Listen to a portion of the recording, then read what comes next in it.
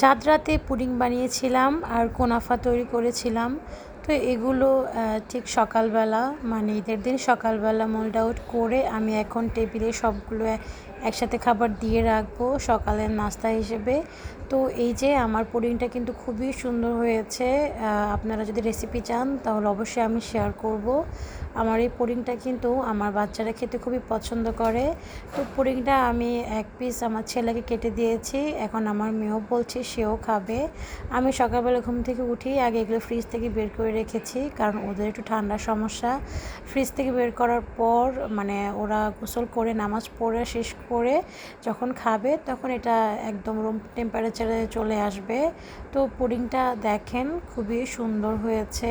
আমি কেটেছি, আমার পুডিং মানে খুব সুন্দর হয় বানানো। প্রথম তো ভালো হতো না, মাশাআল্লাহ এখন খুবই ভালো হয়।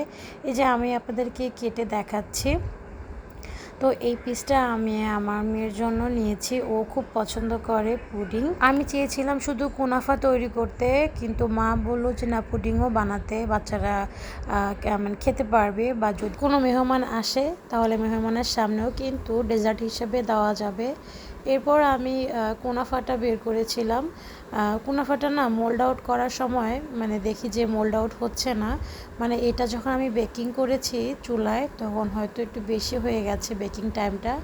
এরপর আমি ফ্রিজে মানে রুম টেম্পারেচারে করে আমি ফ্রিজে রেখেছি, আরও জমে গেছে। এটা এখন কোনোভাবে আসলে মোল্ড আউট হচ্ছে না। তো এটা আমার মানে মূলত যুদ্ধ চলতেছিল, তা আমি এইভাবে কেটে কেটেই আসলে এটা বের করছিলাম, দেখি বের হয় কি না। মানে কেটে কেটে আসলে এভাবে আমি সার্ভ করছিলাম, আমার ছেলেকে দিয়েছি। এমনি কিন্তু মানে কুনাফাটা খেতে খুবই মজা হয়েছে, মানে ভিতরের যে ক্রিমের যে লেয়ারটা সেটা খুবই ক্রিমি ছিল। আর মানে যে সেমাইগুলো ছিল সেই সেমাইগুলোর মধ্যে যে আমি সুগার সিরাপ দিয়েছি সেটা খুব সুন্দর করে পড়েছে। এরপর এই যে দুপুরের খানা আজকে আমার বাবার বাড়িতে রান্না হয়েছে পোলাও, হ্যাঁ সাদা পোলাও, গরুর মাংস, চিকেন রোস্ট, তারপর হচ্ছে মাছ ভর্তা, এখানে আছে বট। আর সকালের মানে নাস্তা ছিল হচ্ছে পুডিং, ওটা তো আমি ভিডিও করেছি। তারপর হচ্ছে দুধ সেমাই মানে লাচ্ছা সেমাই, আর এটা হচ্ছে কুনাফাটা আসলে বেশি বেক হয়েছে যার জন্য শক্ত হয়ে গেছে, মানে মানে মোল্ড আউট করার সময় ভেঙে গেছে। যাই হোক, ওটা তো বললামই সকালবেলায়।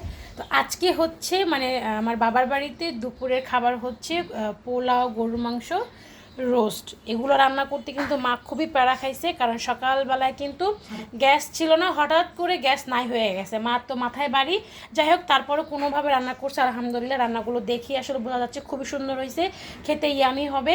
তো আপনাদের ঈদ কেমন কাটছে, কে কে দুপুরে কী খাচ্ছেন অবশ্যই কিন্তু কমেন্ট করে জানাবেন। আর কি আছে, আর কিছু না? আচ্ছা, এবার আমরা আবার খেতে বসি। এই যে দেখেন সাদা পোলাওটা আসলে দেখে খুব সুন্দর লাগতেছে, যেমন ঝরঝরা হয়েছে, রোস্টের কালারটা সুন্দর আসছে।